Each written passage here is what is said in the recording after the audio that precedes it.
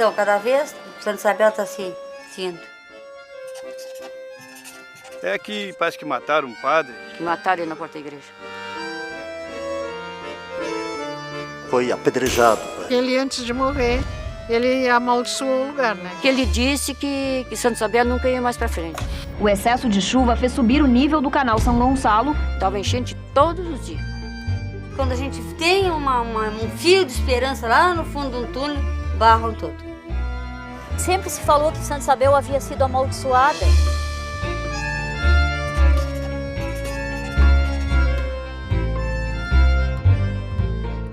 A história de Santa Isabel, ou Santa Isabel dos Canudos, ela vem desde do início do século XIX.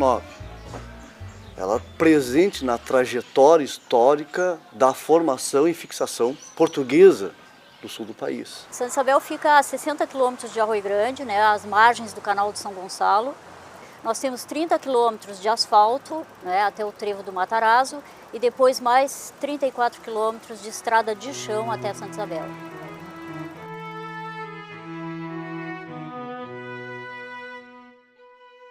Santa Isabel foi criada por volta de 1790 por José Correia Mirapalhete e no começo tinha era baseado na indústria do charque, na economia de Santa Isabel. Eram casarões enormes, grandes, a cadeia pública que tem vestígio até hoje ali, azulejos importados de Portugal, os inventários, os móveis de jacarandá, de mócno vindo da Europa.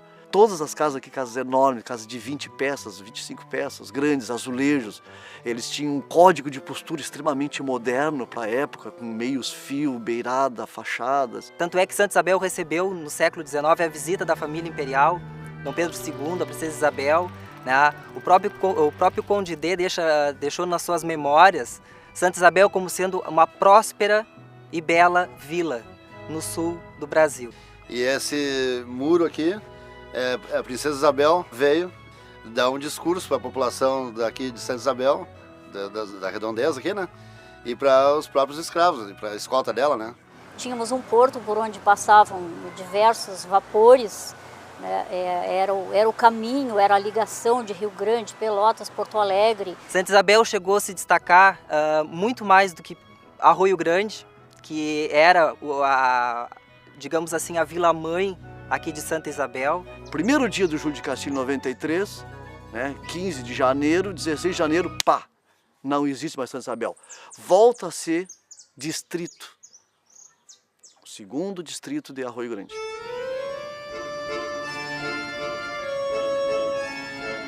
Manifestações, brigas, violências, abaixo-assinados, inconformidade.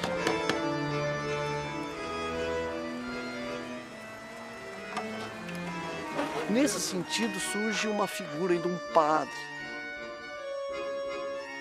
Eles contam, né, que isso aconteceu há mais ou menos 160 anos e que esse padre estaria com talvez alguma reivindicação, um abaixo-assinado, alguma coisa assim. O que me chamou a atenção, e eu tentei por algumas vezes tentar descobrir o padre, isso nunca foi o foco, é que esse padre fazia parte das listas de inconformidade, de supressão do município.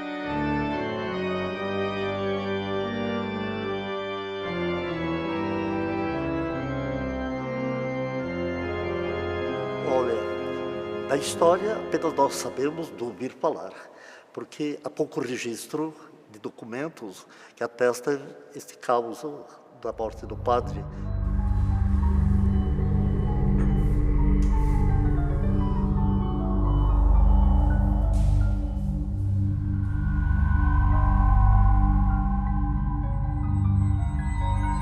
Eu sempre ouvi dizer que eles foram assassinados, né? Que aqui, até que naquele tempo das guerras, aquelas coisas todas, teve muito movimento aqui, né?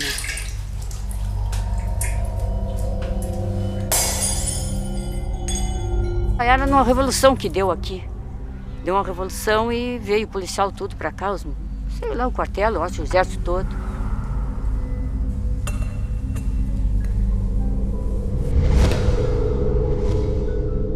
Um diz que ele foi morto a pedrada, outros que foi espancado.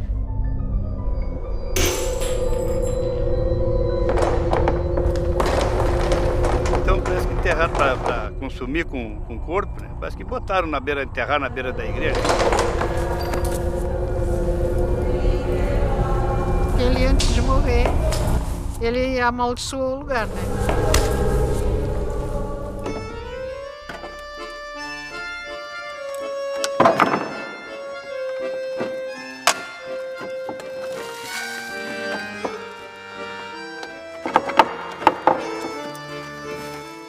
A descoberta do corpo, do cadáver, na verdade, aquele ossamento, isso veio alimentar mais aquilo que estava adormecido. Alguém amaldiçoou a cidade. De construção histórica, hoje nós só temos a igreja. Em 2005, ela estava praticamente, né, sem telhado, apodrecendo o altar, que é histórico. E foi feita então uma restauração no final de 2005 e começo de 2006 pelo governo municipal. Na verdade, quando a gente chegou aqui, estava todo mundo meio apavorado, assim, né? Porque tem muita lenda aqui sobre a história do padre que teria sido enterrado e ninguém queria achar a comprovação dessa lenda, né? E nessa reforma foi encontrado debaixo do altar uma urna. No altar ali que a gente mexeu, a gente ali encontrou um baú. Constava daquela urna, né? Alguns ossos, um crucifixo parecido com aqueles das tampas de caixão. Esses 2 frascos continham uma substância esbranquiçada, seca, né? E o outro, alguma coisa parecendo mel. E uma batina do padre, uma estol que eles colocam para rezar missa, o que estava dentro só.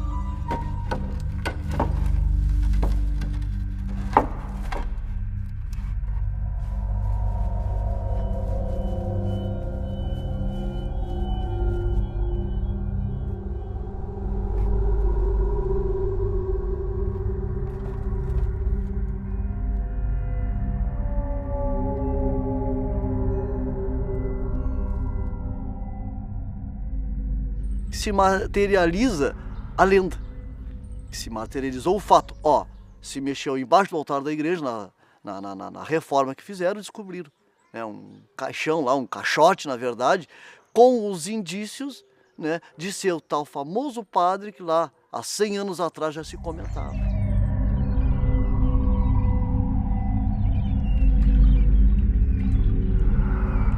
Muitas versões, né? Muitas versões. Uns dizem que amaldiçoou a vila pelo assassinato. E outros dizem que foi assassinado porque amaldiçoou, né? As coisas não aconteciam em Santa Isabel. Tudo que você pensava em fazer não acontecia. Coloca um armazém, não dá certo. Coloca uma firma para trabalhar, que a firma não dá certo. Sempre a gente aqui, quando a gente tem um fio de esperança lá no fundo de um túnel, barram tudo. Não sai nada, é asfalto, é isso, e aqui não vem nada para cá. Então houve uma época em que o peixe estava escasso, como continua agora. Nem peixe não tem mais, né? Santa Isabel, ao longo da sua história, ela sempre foi acometida de enchentes muito grandes. Há quase 3 meses, esta é a situação do distrito de Santa Isabel, em Arroio Grande. O excesso de chuva fez subir o nível do canal São Gonçalo, que inundou casas e ruas.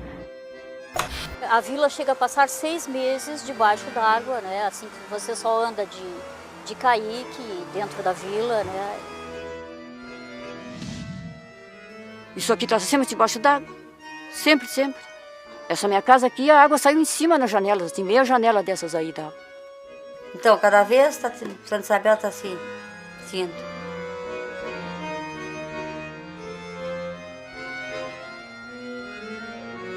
E eles diziam que isto era maldição, né, pela morte do padre.